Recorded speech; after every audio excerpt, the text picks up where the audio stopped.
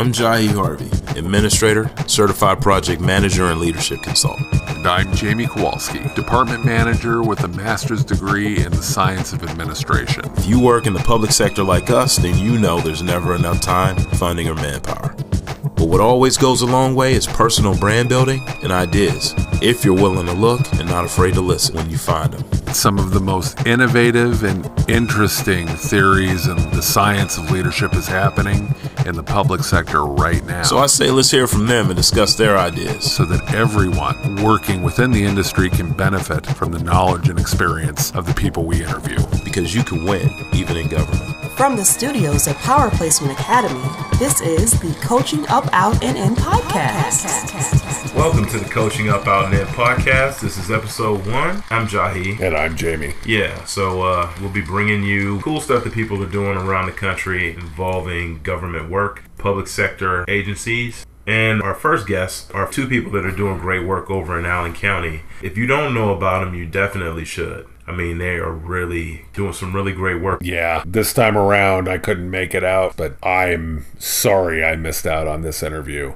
The ideas are definitely worth your valuable time to hear. Certainly was worth mine. I'm telling you, I got there around 8 in the morning. Their staff, you could feel it in the room. The staff is definitely on board. It's one thing, I mean, if you work in government, it's hard to get the attention of the staff, of all your staff at 8 a.m.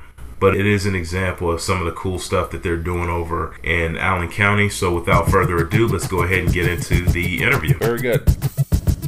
This is the Coaching Up, Out, and In podcast. I'm sitting here in Allen County, beautiful Lima, Ohio, with Joe Patton and Paula Seibeneck, 2 of Allen County's leaders. If you guys could just introduce yourselves and your positions. Hi, I'm Joe Patton. I'm the Director of Allen County Job and Family Services and Ohio Means Jobs. And I am Paula Seibeneck, and I'm Assistant Director of Job and Family Services and Ohio Means Jobs. Very cool. So what's been going on lately here in Lima? Well, I guess we could start back at the beginning.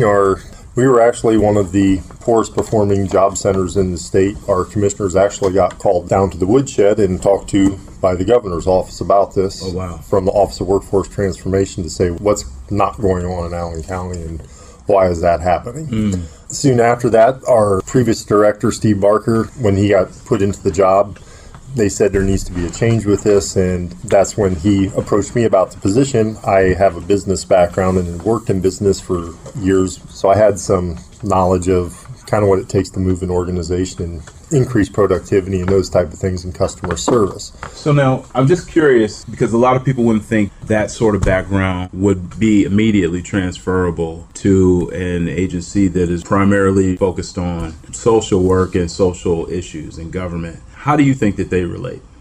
Taxpayers want to see things operate as a business. They want to see efficiencies. They want to see the best bang for their dollar. Government has always had the luxury of, no matter how we perform, we're an entity that the taxpayers have to pay for one way or another. Turning that around was one of the things to make that a positive in Allen County, is to give our employers, our community, our taxpayers the best they can get out of us.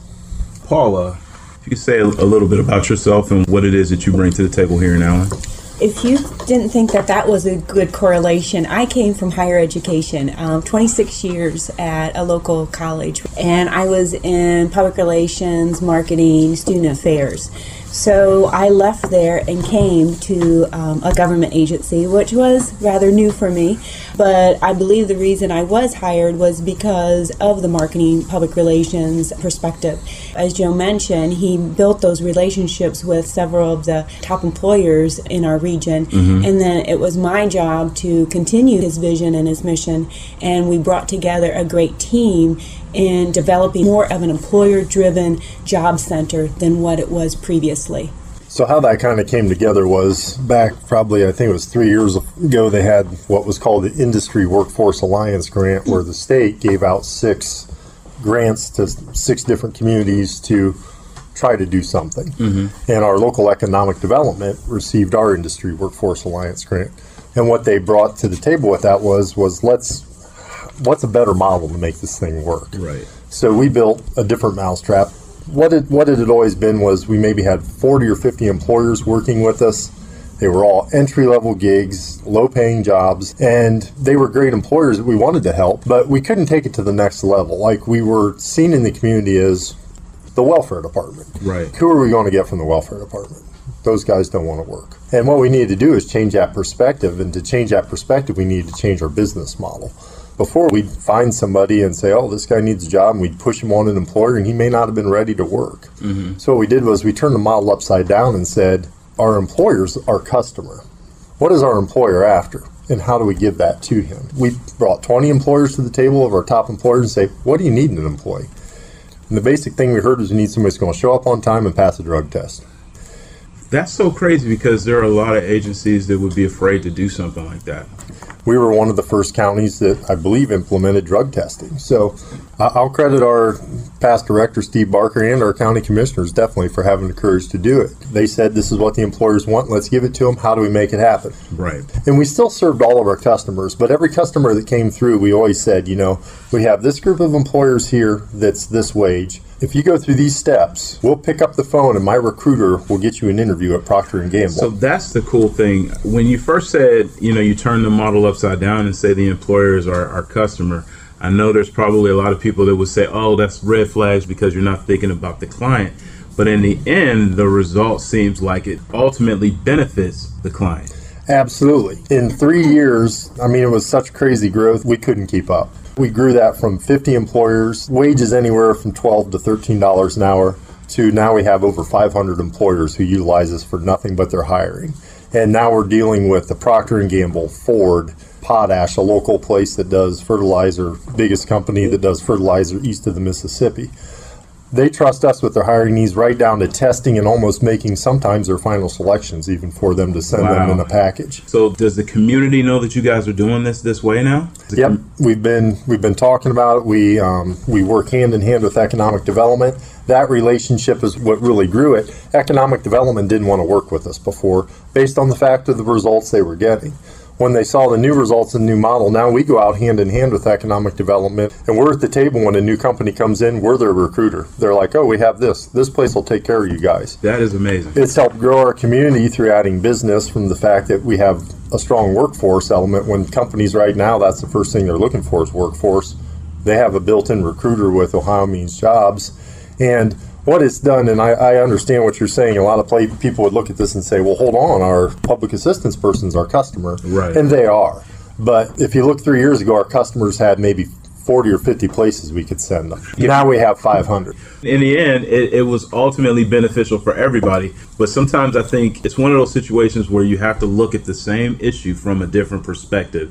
And it's a lot easier to just look at the paradigm the way it's always been set up and say, okay, how do we work within these guidelines, not realizing that the guidelines are self-imposed. And it wasn't the easiest transition because you have to get everybody on board that is the new direction that you're taking, and not always operating the way we've always have done it. Right. So that was a big transition. Was it hard to get staff? When you say that transition, was that the community? Was it politics? Was it staff? Or mostly internally? Internal, yes, okay. Getting our staff to think a different way because they've always thought the other way with the way that it always was. So now this new mission and the way that the Job Center was now operating and making sure that everybody was on board. And I got to say, the staff embraced it once they started seeing the results. Mm-hmm. It was great to watch the transformation of the staff in the Job Center with it, because we went from fighting for this guy and trying to shove him into a job he wasn't ready for to really actually looking at it from a holistic approach to say, let's get him the tools, let's get him the daycare, let's get him the counseling or the basic job survival skills, show up to work on time, some of the stuff that not everybody knows, and then we'll put them in front of that employer. And that's what I think was key, because it's the relationship with the employer that lets us pick up the phone with any of these employers and say, I have so-and-so here, would you interview them? They will interview them then if we call. They trust us. You've developed a relationship with these employers, so it's not just, okay, that agency that does government work sent us a list of names. I think we're going to go in a different direction, because now it's the opposite. Absolutely. Potash, it's Nutrien now. They just changed names. It's a Canadian company. And also Husky Energy over here. They trust us to do their testing for their employees. So these are $26, $27 an hour jobs. I think they're $28 an hour when they start over there. We do all the testing, all the grading. We put it together in a package form and send it back to their HR department, and they select off the list we give them then. I've heard leadership at the state and county level talk about how to get not just workforce participation up, but also get it so that people are removed from having to get SNAP and TANF all together.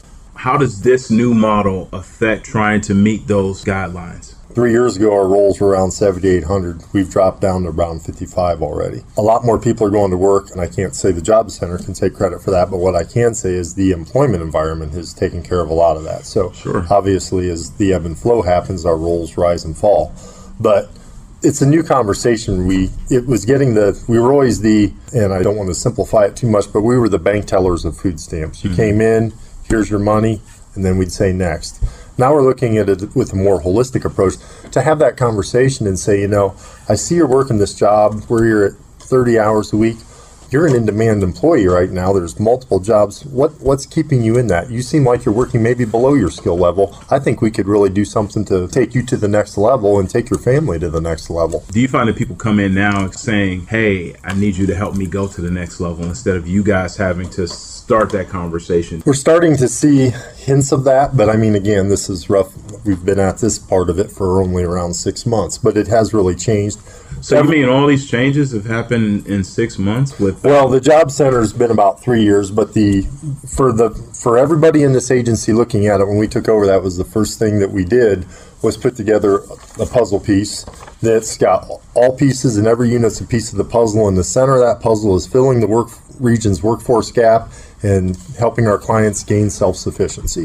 Every person that comes in now, that's part of your conversation, and we're all working together doing that. Switching gears a little bit, when you talk about your case managers and your maintenance guys, what's the path for success for them in you guys' mind? We have great people, and I think management we always had before was that it was more of a legalistic management or a militaristic management, and there wasn't a lot of employee buy-in. We have employees doing exactly what they're told. I'm only one person, so if let's say Joe's the smartest guy in the room, and he's not. Believe me, I'm not. But I'm supposed to be, because I got the title. I'm director. All I can do is I have 100 employees who, or more or less, are puppets. What the model we're trying to put into place is more of a model where it's bottom-up leadership, where they're the one with the customer. They're the one with the information flow to be able to say, hey, I think our customer could be better served doing this. And I think getting the competence in place and then the agency clarity to go with it, just look to our mission. If you're following our mission, you're never going to go wrong or never going to get in trouble with the agency. We may say there might be a different way we go about it sometime, but you don't need to worry. You're in a safe environment where you can work with your customer the way you need to work to. Gotcha. And in addition to that, we are trying to make more of an environment where you feel it's okay to reach out to the other departments within the agency. Awesome. Previously, you weren't allowed to talk to your neighbor, ask your neighbor questions. We'd send clients back and forth to our lobby. You're here for food stamps, okay, you're done. Well, you need daycare, go wait out there. Then come back in. Oh, now you need social services, you're going to have to go wait again. Now they're instructed to three-way call or bring the other department over. Deal with the customer like you'd want to be dealt with if you went to the hospital for something. Going back to the business side, it's almost like better customer service ultimately. Absolutely, and that is the number one thing that we are training and letting our employees learn more about. And in addition to working together as an agency with all the units working together, one thing that we started back in January was for our all-staff meetings, we would bring community agencies in or external individuals in to talk about what they do in the community. Well, we needed to take a couple steps back and understand what each department does. And I'd have to say from yesterday's meetings, that came through that a lot of people appreciated knowing what the other departments did because they didn't understand that. So now if they do have a client on the phone, they can three-way call or transfer that person because now they know a little bit more about those services that unit does provide. And I think the biggest thing with that is just creating the right environment. All of our employees are great employees. They want to serve the clients. They're hungry to do the right thing for the clients. it's what they've been It's kind programmed. of like the rules were holding them The back. rules were holding them back, and these people are ready to run. I mean, that's Awesome. I really see that in them. I see that in our staff, and I see that in the people that work for us. So now, when it comes to leadership, you have gone in this new direction. If somebody was on your team right now and they want to take it to the next level and want to be part of your leadership team, what do they have to show you? Biggest thing is I need to see that they're passionate about our mission and understand the mission and what we're here to do. So does that mean just have a good interview, or? No, absolutely not. Our interview process is fairly rigorous. I want to see how you're operating. I'm a big believer in Dave Ramsey, and one of the things he says, don't let crazy in your building. It takes more than a 1 or 2 step interview. It's really making sure they understand the mission, making sure they're going to move in the direction we're going, and make sure they fit in with part of our management team. My entire admin team, if we're going to hire a new administrator, my entire admin team eventually is in on the interview. They all get a say. I've seen very recently that more departments are starting to do that. Typically in an interview scenario, you see the most high-level staff. And now what I'm starting to see is situations where a supervisor, they have their people in that will ultimately be this new recruit's coworkers as part of the interview process. So is that kind of like what you guys are doing now? Yeah, and the biggest thing I look for when we're interviewing or for a management position is leadership. The way we've always done things in Job and Family Services, and we've got some good managers out of it, but we've also got some managers who may have hit their leadership lid based on it, if you're familiar with John Maxwell principles. Just because I'm an awesome caseworker and know all the rules and all that does not mean I'm a manager. Some people aren't wired to be managers. They're more wired to do something else. Right. And that's fine. But when you put that person in a management role, they're going to struggle. I can teach you how to do job and family stuff. Right. That's not rocket science. It's hard to learn, and it'll be a long process to learn. But to get somebody that understands leadership and coaching and that can mentor people and motivate people, that's more what we need in our managers. Every one of our staff that comes in here every day wants to do the best they can do. Maybe we don't have them in the right spot. That's what we want to do, is get them in a position where they can feel good about coming to work and have the buy-in that they need to perform. Now, you guys have talked about some of your achievements. What are some of the pitfalls that you guys have faced along the way to get to where you guys are now? And what did you do to get out of them?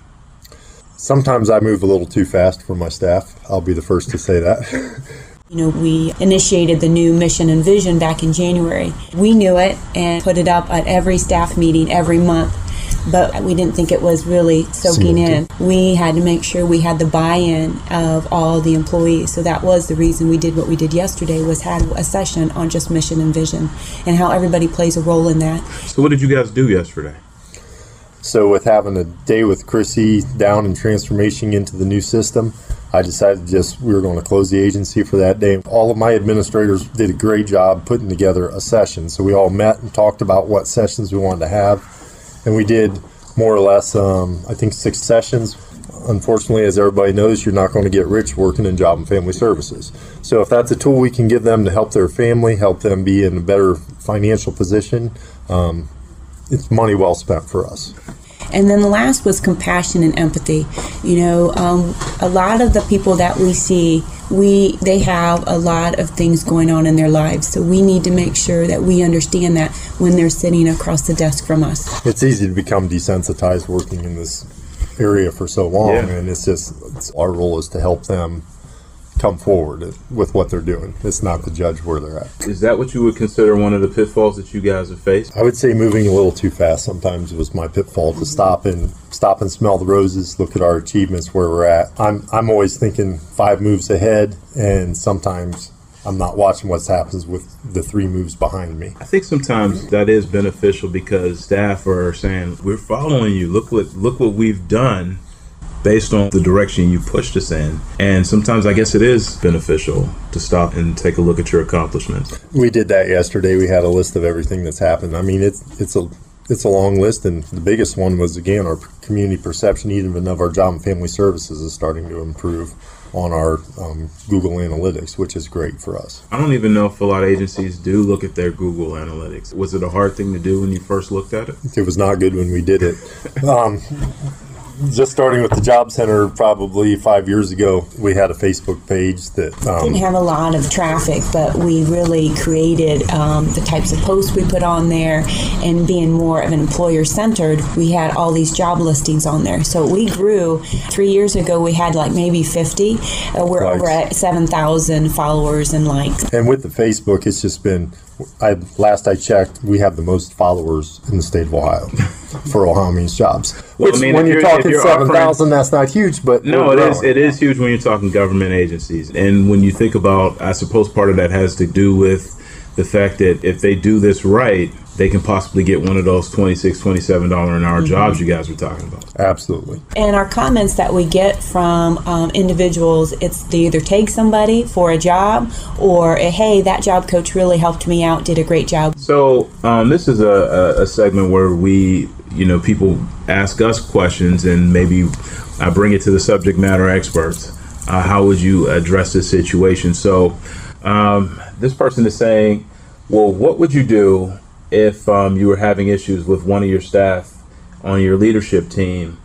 Do you feel like it's better to work with that person knowing that they may never change, or is it better to try to find a new person to fit on your team? When we started the job center, I knew I needed an outside person. I needed someone on my team to help move this. I had known Paula from years back. The call happened to come at the right time, right when we were interviewing. We got her in, interviewed her, and I knew she was going to be the right fit. So there was another person in the job center that really wanted that job, and they were just very disappointed and came up and talked to me about it. It's like, why didn't I get hired? What's going on? And I said, you need to work under Paula. And they're like, I don't want to work under Paula. I wanted this manager job. And I'm like, trust me, this thing's going to move, and there'll be a manager job. And it was a hard thing for that individual to do. And that individual is now my administrator in the job center. She was part of the old vision and things, and she wanted to change. But again, she was too tied to that vision at some point to objectively look at everything, because she had emotional ties to that old vision. With bringing in someone who had no ties to the vision, they just see the vision as for what it is. As far as coaching up people, we have a lot of good managers here. One of the first things I did when I took over was I purchased an individual who does John Maxwell leadership training. I had him customize a 8-week training package for us, so every Tuesday from, I believe it was 8 till noon, we had 4 hours of John Maxwell training where he was talking about leadership and what's expected, and I helped him customize that to what we wanted to happen. Sure. That way all our managers got on the same page, and I felt that was very important, because before you're going to start saying a manager's underperforming or whatever, were they ever given the tools? How do most managers in Job and Family Services probably get their job? You're a great caseworker, and now here's your binder.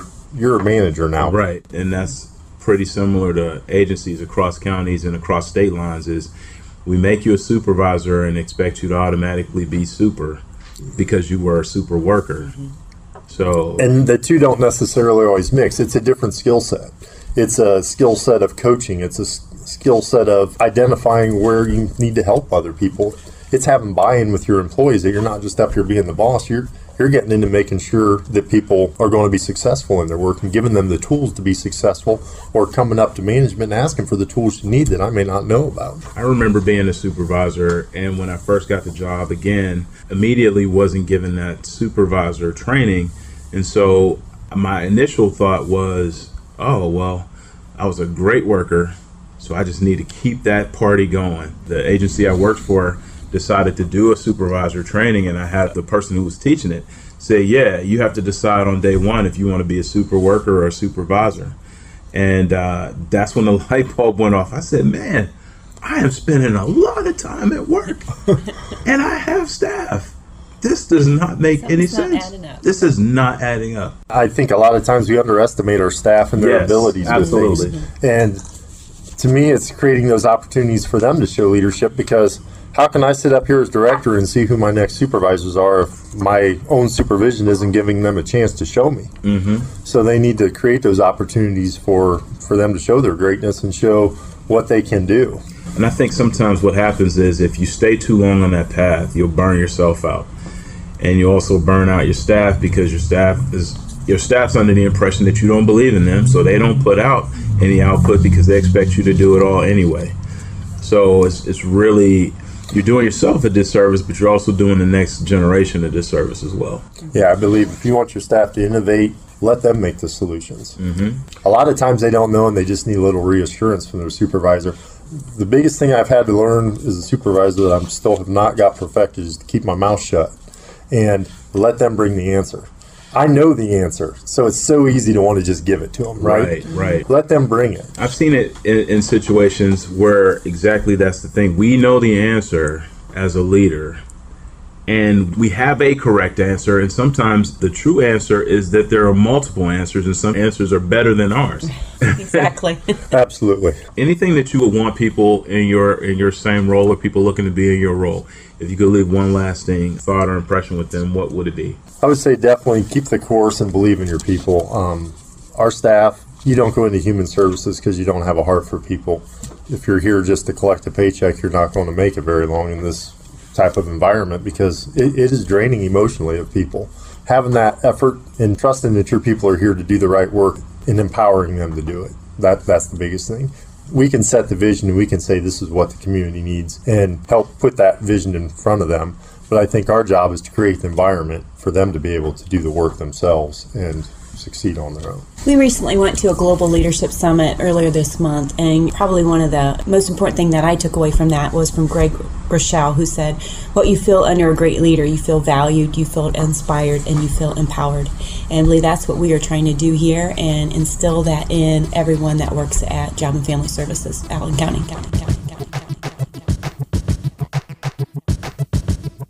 So thanks again to Paula Seibeneck and Joe Patton for allowing us to come down and talk to their staff and get some of their insights. Yeah, they were very generous with their time. For sure. You have any takeaways? I got two. First one, invest in your team. Yeah. And what attracted me to wanting to hear more is how much they wanted to develop leaders within their own agency, and the fact that they had a process and an infrastructure to make that happen. Right. The other, I thought investing in what I heard is assuming the cost of the required drug testing the employers the agency worked with was a very interesting idea. Yeah, it's scary because when you think about it just on its surface, you know, people hear, oh, they're drug testing. I mean, it's an idea worth exploring, but that's not at all an endorsement that drug testing as a barrier to getting benefits is an idea worth exploring. Right, but in this situation, they were using it as a gateway. They knew what the employers wanted. It seemed to me almost like a second-tier service that they could provide if the client was willing to go that extra step. Yeah, it was enacted as a bridge to get them from $13 an hour right. to $27 an hour. So I think it was ingenious, especially when you turn around and realize the public is in support of it. I mean, it says a lot when your Facebook page goes from 50 to 7,000. Right.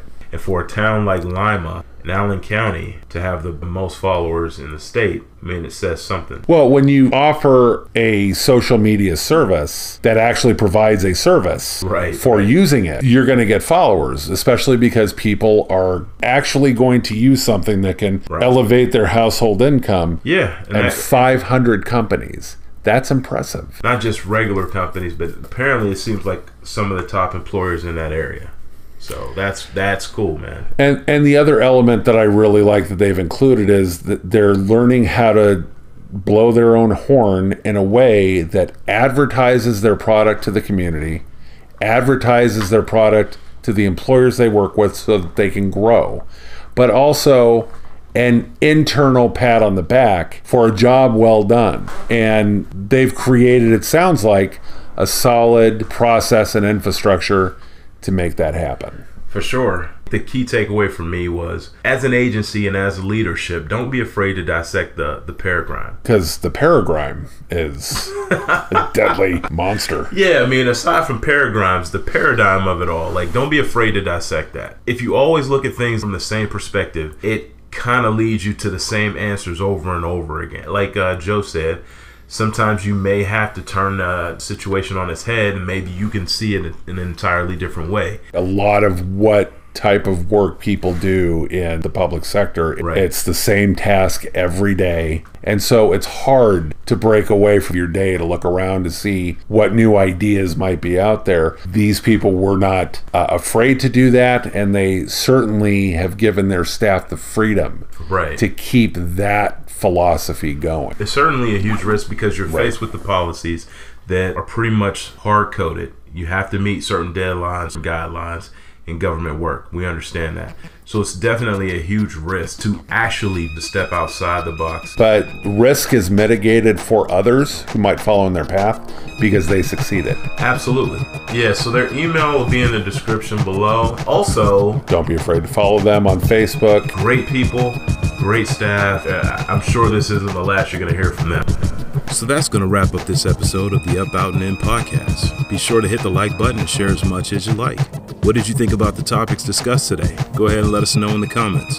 Got a leadership or business decision you'd like our guest to weigh in on? Maybe a good topic for a future guest or discussion? Maybe you'd like me to come and share Power Placement Academy strategies with your staff or organization.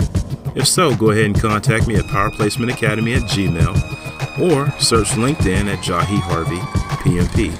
Thanks. And remember, in each issue lies an opportunity. If you can't avoid it, make the most of it. This is the Coaching Up, Out, and In podcast.